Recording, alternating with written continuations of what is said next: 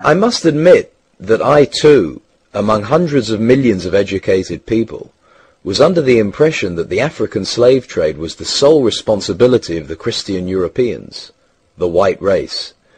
That is, until I started exploring the subject in greater depth, and especially after reading an incredibly enlightening book called The Legacy of Arab Islam in Africa by John Alambila Azuma. My whole perspective and understanding has changed dramatically, and I would like you to tell us more about this subject. The success of Muhammadan Islam in deceiving, misinforming, deforming, and contorting both history and reality over a period of almost 1400 years has been astounding. That is, until now. The greatest tragedy about this particular subject is that most of the descendants of African slavery, the black people in the Americas, around the world, as well as among the African blacks, are totally ignorant of the actual facts. Before we lose the concentration of our listeners, I would like to make the following statement and then prove it. That the worst, most inhumane and most diabolical institution of the black African slave trade was initiated, refined, perpetrated, and implemented by the Mohammedan Arabs and later aided and abetted by the black converts to Mohammedan Islam. I predict that, as usual, the two subcultures, those of denial of facts and of political correctness, will attack us without once disproving a single statement and or conclusion that we make. Slavery was not created by the white races, because it has existed throughout human history and practiced by every tribe, culture, civilization, racial group, and religion. In fact, the very word slavery has its root in the name Slav, based upon the Slavic peoples of Europe. It is not common knowledge that the Arabic word abd is synonymous with the meaning of slave. For example, Abdullah means literally the slave of Allah, and that in the language of the Arabs, all black peoples are called abid, plural, for slaves. While much has been written concerning the transatlantic slave trade, surprisingly little attention has been paid to the Islamic slave trade across the Sahara, the Red Sea, and the Indian Ocean. While the European involvement in the African transatlantic slave trade to the Americas lasted for just over 3 centuries, the Arab involvement in the African slave trade has lasted 14 centuries, and in some parts of the Mohammedan world is still continuing to this day. The birth of Mohammedan Islam and its conquests brought about the birth of institutionalized, systematized, and religiously sanctioned slave trade on a massive and global scale. In fact, the Quran allows the taking of slaves as booty or reward for wars of aggression against any and all unbelievers, most of the human population. This has led to an enormous number of so-called holy wars, jihad in Arabic.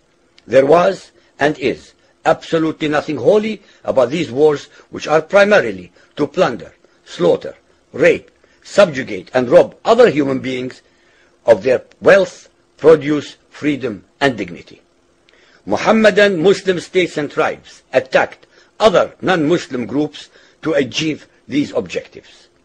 Although Islamic jurisprudence laid down regulations for the treatment of slaves, however, incredible and heinous abuses have occurred throughout the history of Mohammedan Islam.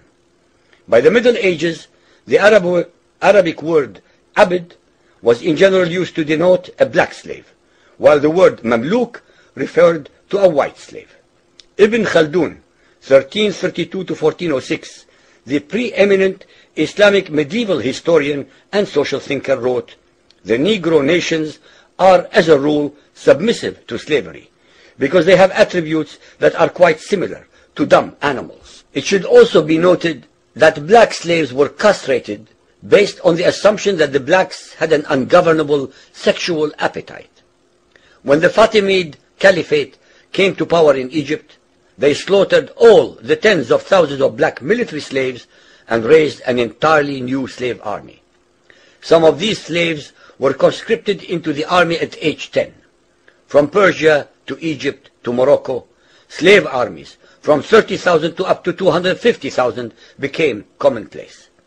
The Islamic slave trade took place across the Sahara Desert, from the coast of the Red Sea, and from East Africa across the Indian Ocean.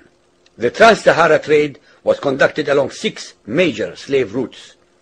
Just in the 19th century, for which we have more accurate records, 1.2 million slaves were brought across the Sahara into the Middle East, as well as a further 450,000 down the Red Sea and 442,000 from the East African coastal ports. That is a total of 2 million black slaves, just in the 1800s. A comparison of the Islamic slave trade to the American slave trade reveals some extremely interesting contrasts. While 2 out of every 3 slaves shipped across the Atlantic were men, the proportions were reversed in the Islamic slave trade. 2 women for every man were enslaved by the Muslims.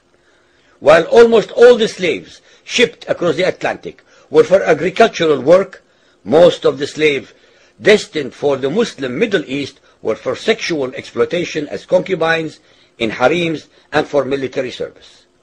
While many children were born to the slaves in the Americas, the millions of their descendants are citizens in Brazil and the United States today. Very few descendants of the slaves that ended up in the Middle East survived. While most slaves who went to the Americas could marry and have families, most of the male slaves destined for the Middle East were castrated, and most of the children born to the women were killed at birth. What is obscene about this whole subject is the Mohammedan, Muslim, and Arab culture of denial regarding their complicity in the African slave trade, as well as the ignorance of black Muslims about the reality of their past and present conditions.